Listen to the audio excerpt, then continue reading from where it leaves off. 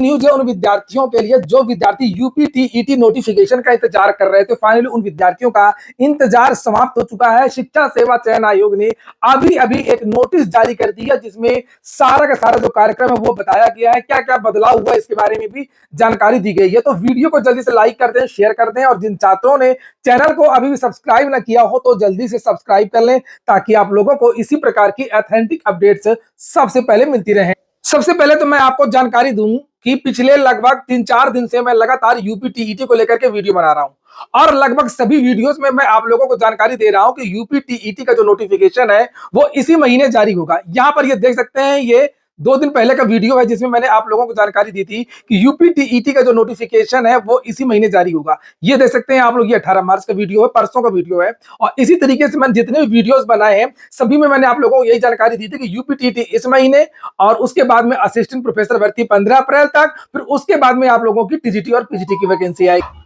और फाइनली हमेशा की तरह से सूचना सही निकली और शिक्षा सेवा चयन आयोग ने आज यूपीटीईटी की जो नोटिस है वो जारी कर दिया जिसमें पूरा का पूरा जो कार्यक्रम है उसके बारे में जानकारी दी गई। तो ये देख सकते हैं आप लोग, ये विस्तृत नोटिफिकेशन भी जारी हो गया जिसमें फीस, सिलेबस बदलाव के बारे में जानकारी दी गई है। इसको भी हम लोग देखेंगे, इस पर भी हम लोग चर्चा करें, लेकिन उसके पहले आप लोग इस नोटिस को देख लीजिए जिसमें बदलाव की बात की गई है। बदलाव यह हुआ कि जिस तरीके से उत्तर प्रदेश लोक सेवा आयोग की भर्तियों में ओटीआर के सिस्टम लागू किया गया है, पुलिस कांस्टेबल भर्ती वगैरह में ओटीआर सिस्टम लागू किया गया है, उसी तरीके से इसमें पहले आप लोगों को शिक्षा सेवा चयन आयोग में ओटीआर करना होगा। यहाँ पर देखिए लिखा शिक्षक पात्रता परीक्षा, ये सबसे बड़ा बदलाव है। डायरेक्ट आप टीईटी के लिए आवेदन नहीं कर पाएंगे।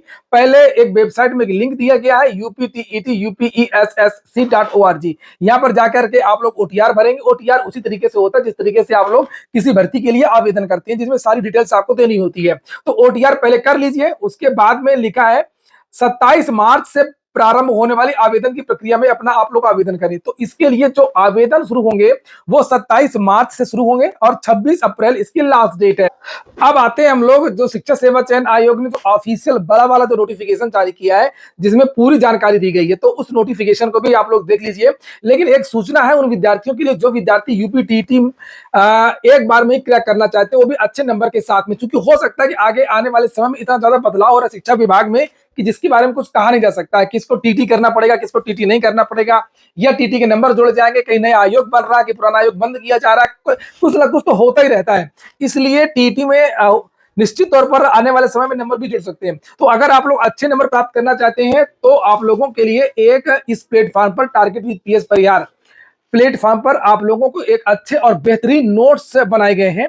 उसके बारे में मैं आप लोगों को बहुत जल्द जानकारी दूंगा। आपको एक व्हाट्सएप नंबर प्रोवाइड कराया जाएगा, वहां से आप लोग चैट करके आपको जानकारी मिल जाएगी और आप लोग घर बैठे नोट्स मंगवा सकेंगे यूपीटीईटी के पूरे। प्राइमरी के अभी नोट्स हैं, अभी जूनियर के नहीं है, प्राइमरी के 1 to 5 के लिए नोट्स है और ऐसे नोट्स हैं जो आपको जल्दी कहीं मिलेंगे नहीं। फिलहाल आप ये देखिए नोटिफिकेशन, इसमें पूरी प्रक्रिया बताई गई है कि आप लोग जो है किस तारीख से आवेदन करेंगे। 27 तारीख से 26 इसकी लास्ट डेट है। शुल्क वगैरह की डेट 1 मई है और एग्जाम की डेट है 2, 3 और 4 जुलाई, वही एग्जाम डेट है जो पहले बताई गई थी। एडमिट कार्ड आप लोगों के 30 जून को जारी हो जाएंगे। बाकी सारी की सारी चीजें वही है कि टीईटी में कौन शामिल होगा, कौन शामिल नहीं होगा। नीचे योग्यता के बारे में फिर से जानकारी दी गई। मिनिमम मार्क्स वही है जो पहले बताए गए थे। एससी, एसटी और ओबीसी को 82 नंबर और जनरल को 90 नंबर, यानी कि 150 का 55 और 60 जो फीसदी की जो अर्हता होती है वो वही है। नीचे यहाँ पर उसके बारे में लिखा हुआ है। और देखते हैं शुल्क के बारे में भी आज के पेपर में जानकारी दी गई थी। तो यूपीटीईटी का जो शुल्क है वो सामान्य ईडब्ल्यूएस और ओबीसी को 1000 रुपए एक पेपर का, 1000 रुपए एक पेपर का, यानी 2000 रुपए अगर दोनों के लिए आवेदन करना, 500 एससी एसटी के लिए, दिव्यांग श्रेणी के जो विद्यार्थी है उनको 300 रुपए देना होगा। अब प्राथमिक में कौन कौन विद्यार्थी आवेदन कर पाएंगे उसके लिए यहाँ पर ये जानकारी दी गई है, जैसे आप लोग यहाँ पर देख सकते हैं। कुछ नहीं है भैया, सबको करना है जितने बीटीसी, बीएड तो है नहीं है, यहाँ पर सब बीटीसी को मौका दिया गया है और इसमें कोई नई बात नहीं है, उसमें कोई कंफ्यूजन ही नहीं है। बीटीसी भी अलग अलग प्रकार का होता है, कोई उर्दू प्रशिक्षण में, कहीं कहीं कुछ अलीगढ़ मुस्लिम अलग से करवाती है। तो बस बीएलएड होना चाहिए, बैचलर ऑफ एलिमेंट्री एजुकेशन, या डीएलएड जिसे कहा जाता है, या जेबीटी किसी किसी राज्य में कहा जाता है। तो ये विद्यार्थी आवेदन करेंगे। 6 to 8 के लिए आवेदन करेंगे डीएलएड के विद्यार्थी भी आवेदन करेंगे। यहाँ पर देख सकते हैं आप लोग बीटीसी लिखा हुआ है, और वो भी अंतिम सेमेस्टर में शामिल होने वाले विद्यार्थी और यह उत्तीर्ण, तो फाइनल ईयर के विद्यार्थी है तो वो भी आवेदन कर सकते हैं। ये तो अगर पास हो चुके हैं बीटीसी के तो वो भी आवेदन कर सकते हैं। और यही बात बीएड वालों के लिए भी है, अपियरिंग के लिए के विद्यार्थी भी इसमें शामिल हो सकते हैं, और पास आउट तो शामिल होंगे ही। और यही बीएलएड वालों में भी है, बैचलर ऑफ एलिमेंट्री एजुकेशन, जो बीटीसी 1 to 5 प्राइमरी वाला जो प्राथमिक वाला जो टीईटी है उसमें भी यही है। जो फाइनल ईयर के जो छात्र हैं बीटीसी के, वो सारे के सारे विद्यार्थी आवेदन कर सकते हैं।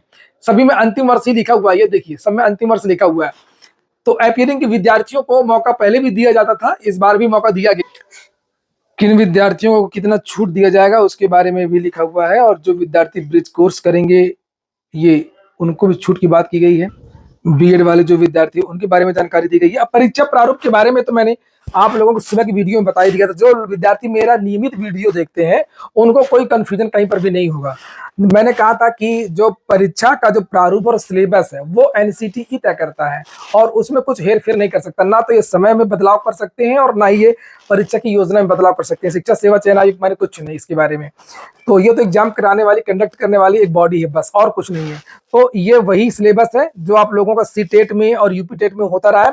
प्राथमिक का देख लीजिए, बाल विकास 30 क्वेश्चन 30 नंबर के, भाषा एक हिंदी 30 क्वेश्चन 30 नंबर के, भाषा द्वितीय दूसरी भाषा होती है जिसमें से 4 है अंग्रेजी, उर्दू, संस्कृत आदि, तो इसमें भी 30 क्वेश्चन 30 नंबर, सब 30 का होता है। आप लोग 5 15 150, तो सेम वही है। पर्यावरण अध्ययन भी इसमें 30 है। इसमें कोई बदलाव नहीं हुआ ना, जो कहा था देखिए वही हुआ। वही जूनियर में भी है। जूनियर में जैसे आर्ट और सामाजिक विषय वाले 2 भाग होते हैं, तो ये साइंस वालों के लिए है 60 क्वेश्चन आते हैं, और सामाजिक अध्ययन वालों के लिए 60 क्वेश्चन आते हैं, बाकी सब वही है। और देख लीजिए इसमें ये सब लिखा हुआ है। बाइलिंगुअल पेपर होगा आपका हिंदी और अंग्रेजी में, और लिखित परीक्षा के संबंध में विशेष नोट। ये महत्वपूर्ण है। यदि उत्तर प्रदेश शिक्षक पात्रता परीक्षा हेतु आवेदन पत्रों की संख्या अधिक होती है तो आयोग के लिए समस्त अभ्यर्थियों की लिखित परीक्षा एक ही पाली में आयोजित किया जाना सुविधाजनक नहीं होता है, तो उक्त लिखित परीक्षा एक से अधिक पालियों में आयोजित हो सकती है।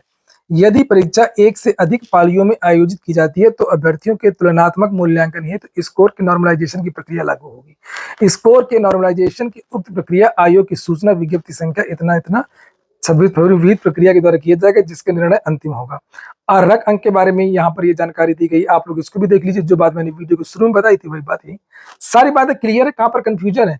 बस 2-3 परिवर्तन है। एक तो आपका ओटीआर लागू हो गया है, और दूसरा कि एक से अधिक पालियों में परीक्षा होगी तो आप लोगों का नॉर्मलाइजेशन, और बाकी सारी की सारी चीजें सेम है, कहीं कुछ भी नहीं है। और इसका जो सिलेबस है वो भी नीचे दिया हुआ है। सिलेबस भी आपका पुराना ही, सिलेबस में कोई भी परिवर्तन नहीं हुआ है। तो ठीक है दोस्तों, ये हो गया आज का वीडियो आपको अच्छा लगा हो, आपके काम का हो तो लाइक अवश्य कर लें। जिन छात्रों ने चैनल को सब्सक्राइब ना किया हो सब्सक्राइब कर लें। पूरा वीडियो सुनने के लिए बहुत बहुत धन्यवाद।